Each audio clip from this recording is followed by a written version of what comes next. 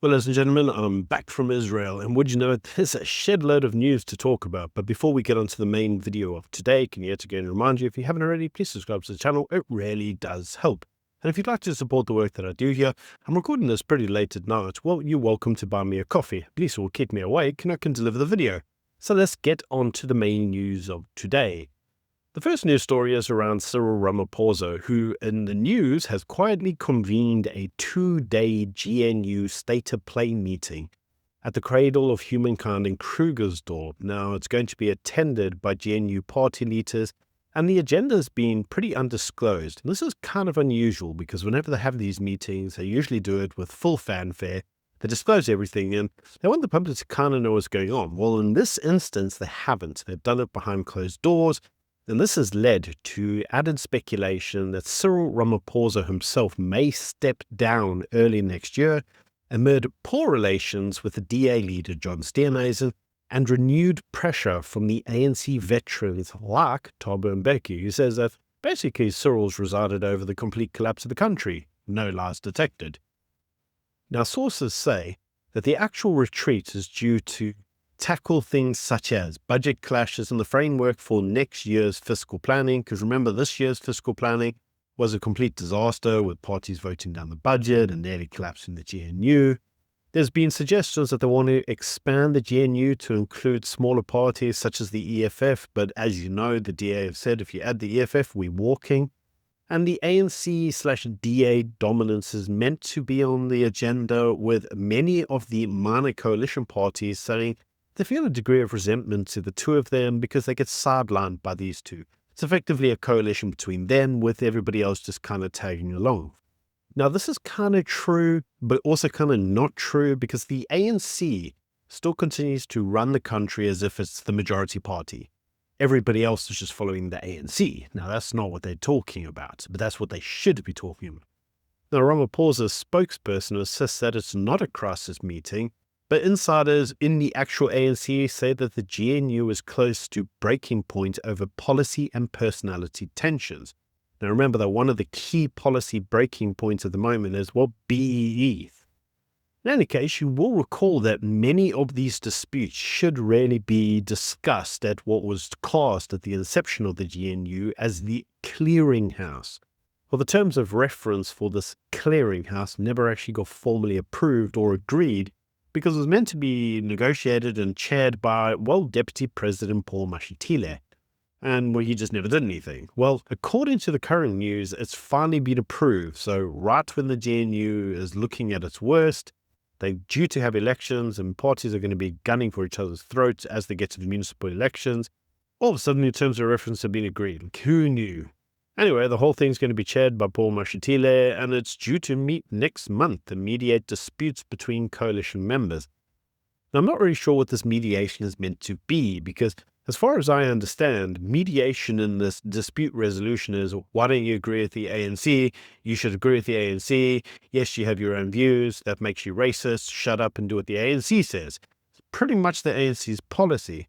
Now, disputes are meant to escalate to what they are classing as the Political Leaders Forum, which is aiming to curb the president's over-centralization of power, because people are saying that no decisions get made without the president. But we largely have an absent president who seems like he actually wants to just resign.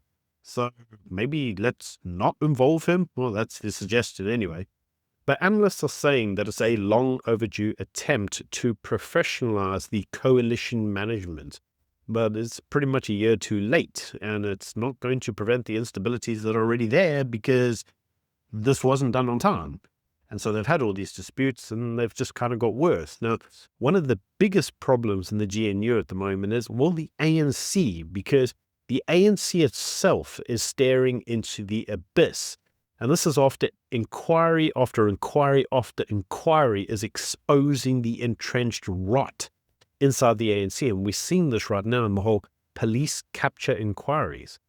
Now, the current commissions and parliamentary probes into the police corruption are unearthing evidence that senior ANC figures, including the suspended minister, have all misused funds for internal power campaigns, because this is what the ANC does. They use the state as if it's their own personal piggy bank.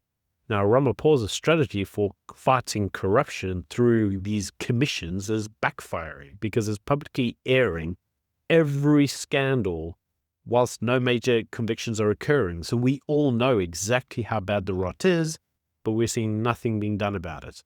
Now, as you know, the ANC's support has already fallen below 40% nationally, with opposition parties ready to weaponize corruption findings ahead of the 2026 municipal elections. And that's probably why Cyril doesn't want to be there for them, because the ANC is going to get a massive harding.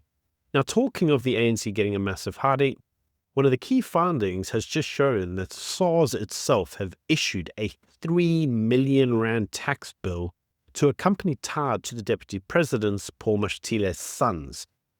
And this is linked to a 91 million rand tender in the Gauteng Health Departments. Now, as you'll know, the Tembisa departments are all over the show with the corruption that's occurred there.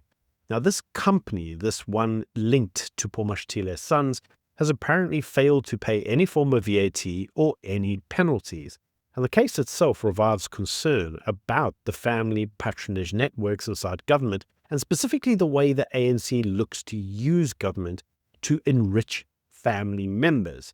This is essentially now becoming an awkward moment for Paul Mashatile, who's meant to chair this whole GNU clearinghouse. And everybody's going to be looking at the guy and just be like, this guy's corrupt as all hell. Like, are we meant to speak to this guy? And this itself is causing many individuals to raise logical questions. And this follows the health department suggesting that they want to phase out the medical scheme tax credits for earners above 700,000 Rand a year to fund the NHI. Now, this plan will divert roughly 33 billion Rand a year, raising 458 billion over 15 years. And you can imagine all the ANC hyenas, they're like, yes, baby, let me in there. Now, medical aid schemes are warning that up to 690,000 people may lose cover or downgrade their plans because of this additional government tax. Now, Treasury hasn't confirmed any timescales, and we're not really even sure if Treasury is going to agree it, but as you can see, the health department wants to go full steam ahead. This all whilst constitutional and fiscal challenges just loom everywhere. But the health department doesn't care about the constitutional challenges. They just want to do what they want to do because they want to get their hands on this fund. I mean, 33 billion a year. Whew, that could buy them some good Lamborghinis. Now, critics say that it's a middle-class tax raid, and to be honest, that's all what it ever is. We just get taxed up the wazoos because the government has no feasible way of actually generating any form of income. That's not what governments do. And ultimately, the entire thing could cripple the private healthcare sector even before NHI infrastructure even exists. And this is because when people withdraw the cash and they're not funding it anymore, then the private healthcare system tends to suffer. Now, the private healthcare system actually takes a lot of weight off the government healthcare system, and it would be a disaster for it to collapse. But you see, the ANC doesn't think these things through. They just see 33 billion Rand a year and how many Lamborghinis and Johnny Walker Black Label that could buy. And it's a lot. So obviously they want their hands on it. Now, this all at a time when, according to the current reports, the jobless crisis in South Africa is actually worse than it looks. Officially, it's 33.2%, but that goes to 42.9% on the expanded definition, with 46.1% being due to unemployment. Now, the Reserve Bank blames all this low growth with skills mismatch, and they say that employment grew only 0.7% year on year versus the 2.1% rise in the labor force. So effectively, the economy is growing at a slower rate than actually people are going into the economy.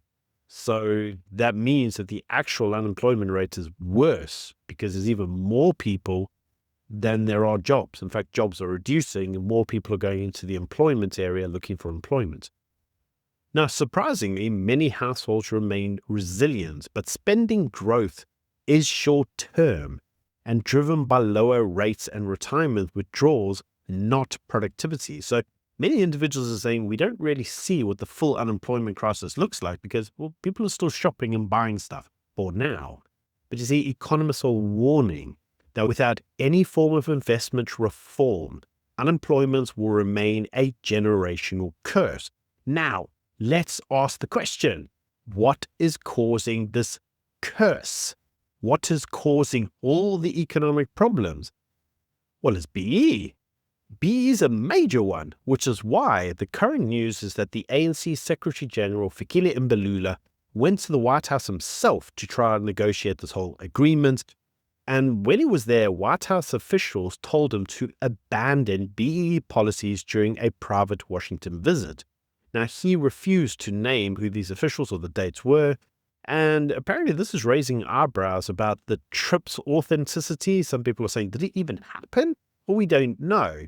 But it does follow revelations that he secretly flew on a private luxury jet funded by unknown sources. And so many individuals are saying, well, where'd you go? And so he says, well, he went to the US and he went to go speak about the problems that they're having with South Africa. Now, his remarks have intensified the debate over the US pressure on South Africa, specifically in terms of the racial equity laws, and whether the ANC's diplomacy has been run on personal rather than official lines. And that is because what we're seeing with the ANC is that they refuse to give up BEE. In fact, after this whole little press announcement came out with Fikile Mbalula, well, the official government Twitter page, the X page, basically put a post up there saying, BEE is here to stay, it's a core government policy, it's not going anywhere. And this is causing problems internationally because everybody can see that BEE itself has failed in the country.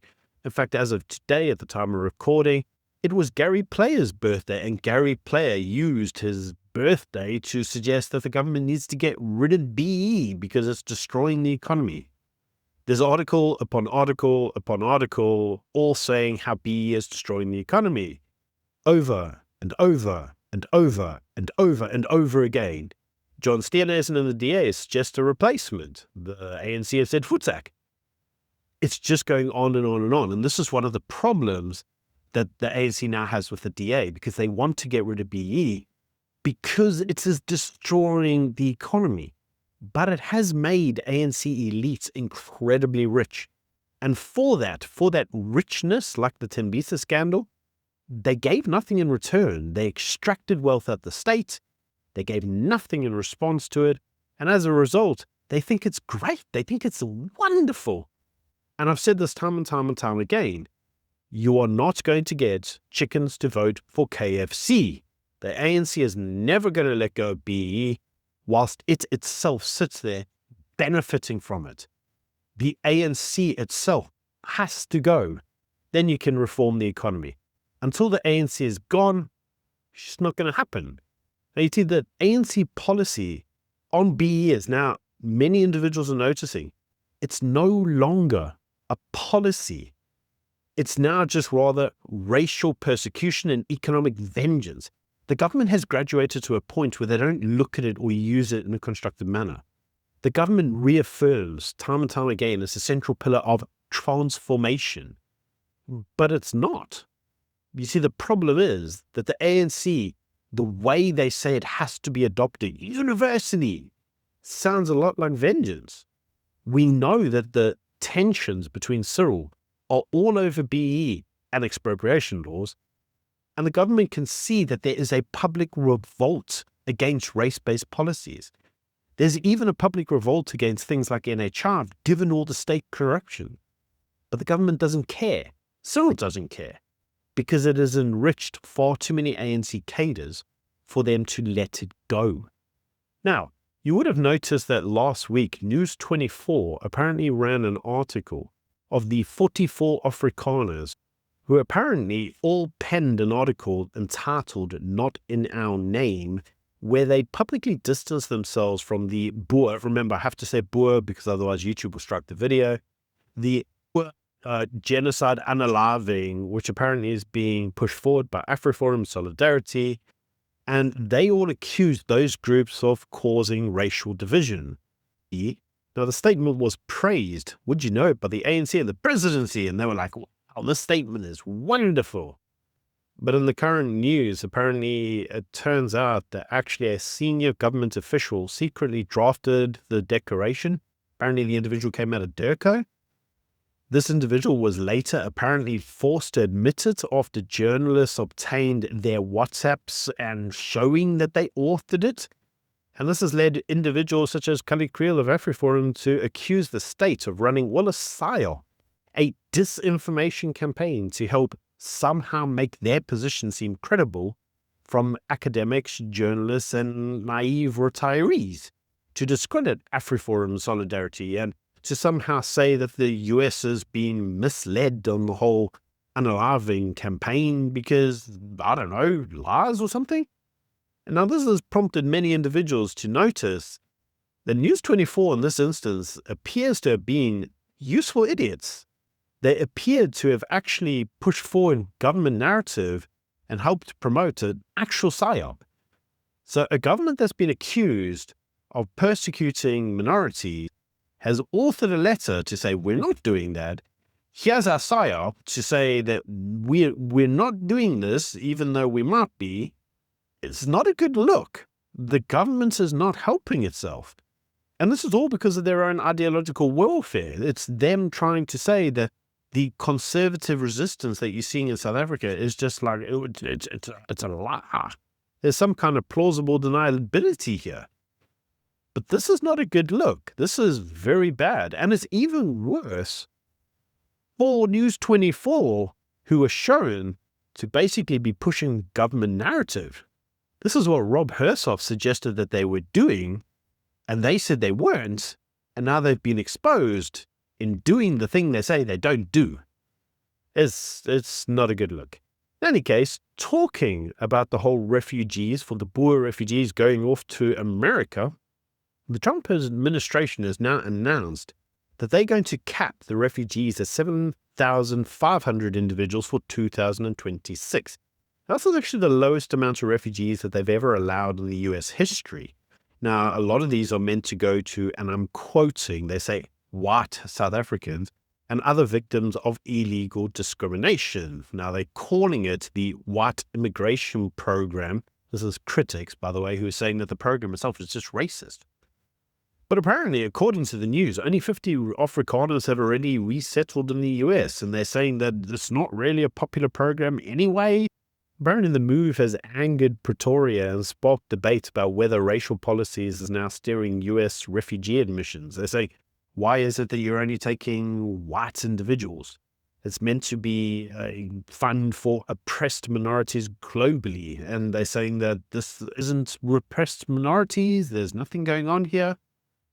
So they're saying that the whole move is politically calculated, but I must say I don't really see it because 7,500 is very low. And maybe what this is showing is that the Trump administration itself is losing faith in whether or not an actual genocide is occurring there. And so maybe he's just saying, well, we'll limit the numbers. That way we still got the program, but we kind of not going full balls to the wall on it. I don't really know what's going on with this program. Remember that it was just a week ago that apparently nobody pitched for their flights that we were told. One guy pitched and that's it. So maybe the program's not doing that well. Maybe the Trump administration is going back on their word. I don't know. Who knows? Let me know what you think in the comment section below. I predicted at the outset of this whole refugee thing that the entire program would be a disaster. And to be frank, it's turning out to be, well, a disaster. And so from that front to all the haters that were in the comment section telling me that I just don't understand South African politics and I don't understand the plight of the average individual, turns out maybe I was right. It's a disaster. In any case, talking of a genocide, let's move on to one of the last news articles. And this is that a UNCEF report has now refuted the famine in Gaza claims. Yes, the UN's own famine classification for Gaza now seems to contradict the reports. Now, the Integrity Food Security Phase classification, called the IPC, used unweighted data and overstated child malnutrition above 15%, the famine threshold. So would you know it? They were just like, oh, what's the threshold? Yeah, that's where we are. Yeah. Now, the proper age-weighted MUAC data shows that malnutrition was only 14.8%. And this is again dropped in August. So it's amazing that as they're going through the data now, that there's a ceasefire and some actual credible data is coming through. They're like, oh, it wasn't that. It's actually lower. And every month it seems to go lower. So critics are accusing the RPC of fabricating data to reach famine conclusions, even when there wasn't one. And real malnutrition-related death numbers are now, 192, and not the 10,000 that was predicted. Now, this revelation is causing serious credibility issues for the UN agencies and is reshaping the narrative around the Israel-Gaza humanitarian claims. Now, I know what you're saying. Why is this important? Well, it's important for one final news story, and this is the news story around the special reporter Francesca Albanese, who was, remember, hosted in South Africa. They were hosted at the Nelson Mandela Foundation, where we had all of our Islamists that run that foundation. Yep, they're all Islamists like Pandor. Well, anyway, those individuals who publicly praised how wonderful she is, whilst we're reminded she's from Italy. And Italy itself this week denounced her and her report. In fact, you can watch that clip right here. The report presented today by Special Rapporteur Albanese is entirely devoid of credibility and impartiality. As Italy, we are not surprised. The content of the report blatantly exceeds the specific mandate of the Special Rapporteur, which does not include investigations into alleged violations committed by other states or entities, nor judgments on cooperation between third countries and the ICC. Even more concerning is the complete disregard, in particular during the last month, for the Code of Conduct for Special Rapporteurs, which includes common sense principles such as integrity, impartiality, and good faith. These are not optional. They are the foundation of any credible report of the implementation of the mandate and of the United Nations itself. The Code of Conduct calls on rapporteurs to ensure their personal political opinions are without prejudice to the execution of their mission. Now, what you notice is that Italy is saying that she was incredibly biased and that she basically fabricated a report and went to have pre-existing conclusions, which she basically used the report to justify. And so they're saying that she's gone over and above the scope of what she was allowed to do. She's not credible, and they're denouncing her. And would you know it, South Africa's like, no, we love her. We love her. Yeah, let's have her. And this is what we left with in South Africa. This is why the story is important, because we're siding with the individuals pushing forward Hamas propaganda. And we're like, nah, it's fine. And it doesn't make South Africa look like a credible place. It makes it look like a clown show. Because it is a clown show. At least that's my opinion. Let me know what you think in the comment section below. And until tomorrow, bye.